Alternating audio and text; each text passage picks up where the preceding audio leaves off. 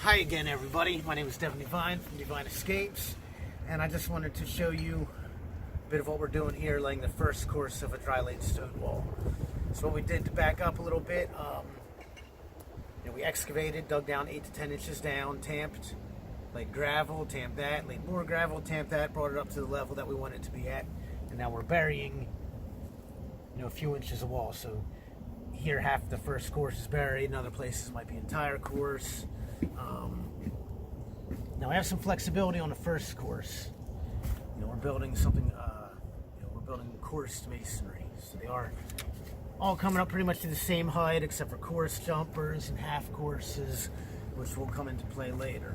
For right now I'm just looking to set a stone and get it to the same height as this. And that's that. Again, I have some play. I could be using a 6-inch thick stone, having it go deeper. But right here we're doing 5-inch. And this one happens to be 5-inch, so we're gonna put it in there. See, we're coming up a little bit low.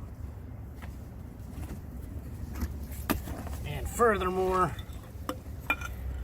I like to fit them. I like to fit them nice. Now, the base course, half of it is buried, and you never really see it. So, as far as a neat, tidy, perfect fit, perfect face, it's going to be less important to me anyway. Less vital in the first course.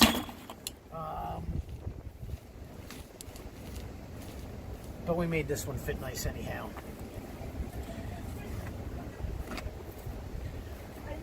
So I can already see it wants to come up a little bit higher. And I want to nip a little bit more off of my rock. This right here is a piece of local kind of schisty material, which trims a bit easier than some of the stuff we have here on site. So, brought it up to level with my gravel, get it into place, set it a bit high on purpose so I can seat it down.